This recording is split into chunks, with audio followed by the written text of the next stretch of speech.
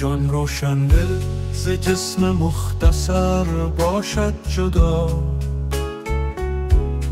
در صدف از راه غلطانی گوهر باشد جدا.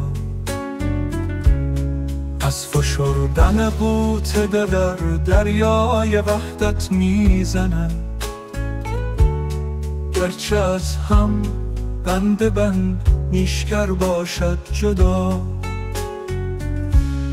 رشته سازی است که از مضراب دور افتاده است، دردمندان را رگی که از نیشتر باشد جدا. خازن گنج گوهر را دور باشی لازم است، نیست ممکن کوه را تیغ از کمر باشد جدا. بی تکلف مصحف بر طاق نسیان نمانده ایست، حسن نو خطی که از صاحب نظر باشد جدا. از دلیل عدل بر من کوه و صحرا تعیین شد، وقت آن سرگشته خوش که از راهبر باشد جدا. چون نگینه از نگیندان بر کنار افتاده ایست، از سر زانوی فکر آن را که سر باشد جدا. می کند بی اختیاری عاشقان را کامیاب، نیست ممکن دهله را دست از کمر باشد جدا.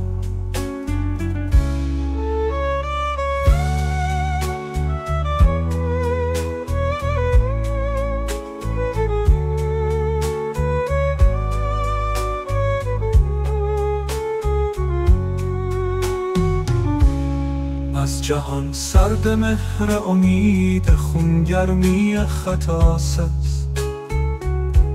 شیر در یک کاسه اینجاست شکر باشد جدا. از هم آوازان دو بالا می شود گلبانگ عشق، وای بر کبکی که از کوه و کمر باشد جدا.